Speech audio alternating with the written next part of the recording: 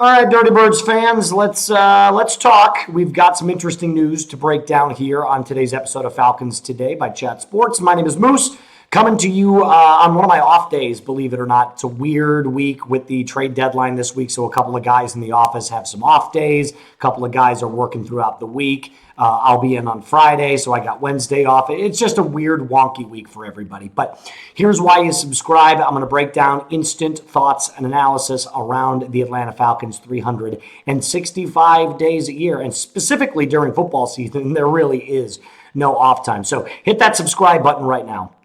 Like today's video, and then answer a quick question for me. Are you upset that the Atlanta Falcons did not make a move at the trade deadline? I'm going to make that the pinned comment of today's video. I want to hear from you guys where you stand on not making any moves during the trade deadline. Now, that doesn't mean the Falcons haven't made any moves whatsoever. They signed Zayden Gonzalez, they released Parker Romo, and most recently have waived Taquan Graham. He is now released by the Atlanta Falcons, which to me is even more crazy considering you probably could have shopped him for at least a 7th round pick, maybe a pick swap in the 7th round. Either way, you could have gotten something for him. So to release a player right after the trade deadline to me is just kind of wild. I know he wasn't doing much this season, but at the same time, with a lack of defensive line help, especially in the run-stopping area, the Falcons right now can use all of the bodies that they can get. So seeing a player released that was on the defensive line, specifically, not even 24 hours after the trade deadline is passed, is just kind of wicked to me. So let's talk about the news, because that's not what I'm talking about. At least that's part of the news that I want to talk about. So Taquan Graham has been released. But more specifically, I want to focus on a little bit of the matchup this coming Sunday in Germany. The Falcons are currently over in Berlin, getting ready to take on the number 1 seeded Indianapolis Colts. And the first thing that I want to bring up is the most recent moves that the Indianapolis Colts made, which was getting Sauce Gardner. And according to Shane Steichen, head coach of the Indianapolis Colts, if Gardner passes concussion protocol, he will play this Sunday.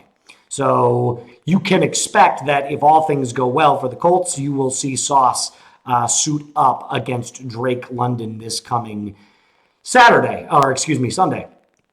And, look, we could go back and forth about, was this the right move that the Indianapolis Colts made? This isn't a Colts channel, so I'm not here to break down what this means for the Colts. I specifically think that 2 first-round picks for a cornerback is outrageous. It's outlandish, and frankly, giving a first up for Sauce Gardner in any case is kind of nuts. But that's for the Colts, so the future Colts host of Colts Now or Colts Today, whatever we decide to call it. That's for them to decide.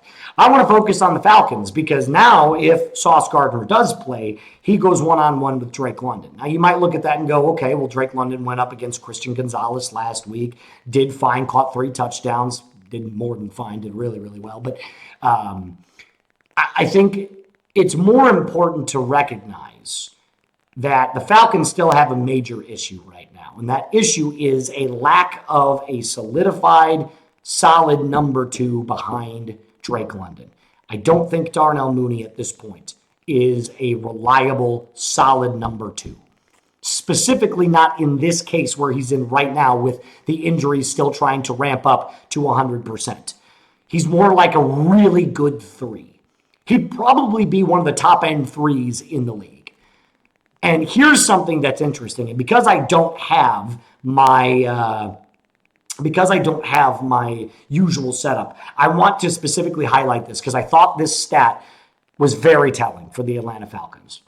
How grim, and this is from our friends over at the Falcoholic, how grim is the receiving core outside of Drake London?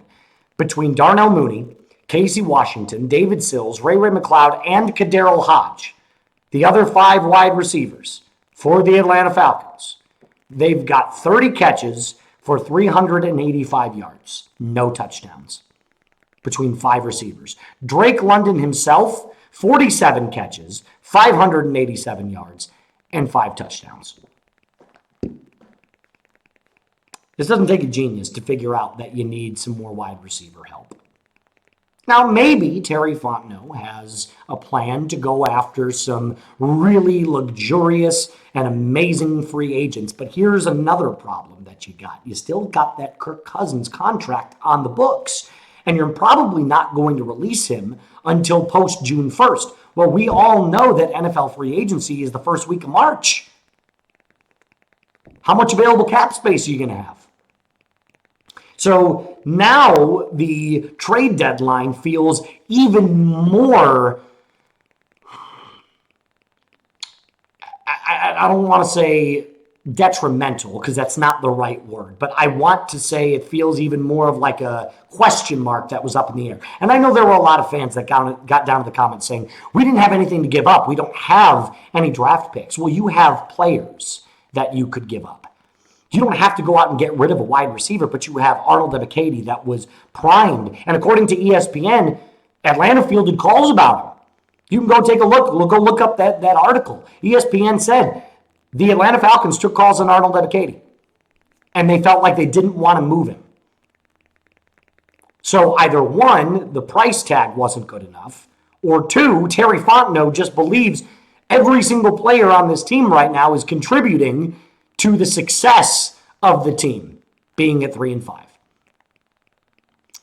So now Drake London goes up against Sauce, and it'll be Darnell Mooney and Kyle Pitts and a plethora of other players that really aren't weapons for Michael Penix Jr. Luckily, you have Bijan Robinson that lines up in the slot and has been an unbelievable second option for Michael Penix Jr. But come on, we need another true dominant wide receiver. You don't have to go out and get a number one. You don't have to go out and trade the farm for a number one. But could you have gotten another wide receiver? Could you have gotten another body? The answer is yes. Terry Fontenot chose not to do anything at the trade deadline. The second thing that I want to bring up specifically with the Colts is now you go up against the best running back in the league. Or at least he's playing like it right now. Let's make sure that gets back to, there we go. Jonathan Taylor's having an MVP-like season.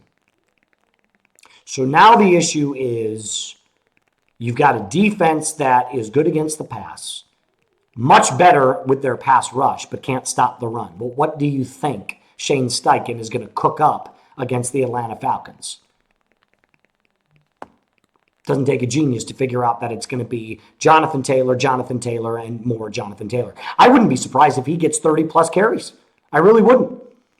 Because nobody's been able to stop him. And do you think the Falcons, with that defensive line, that run stopping, is going to stop Jonathan Taylor? I mean, we're fooling ourselves if that's the case. So now, and I don't want this to be taken the wrong way, I'm still going to root for the Atlanta Falcons. I'm still going to put on my Falcons gear on Sunday, come in early, deliver an awesome watch party for you guys, and root on this team, my team. But we have to be honest and open about what this team is. A dysfunctional organization that is not serious about getting better.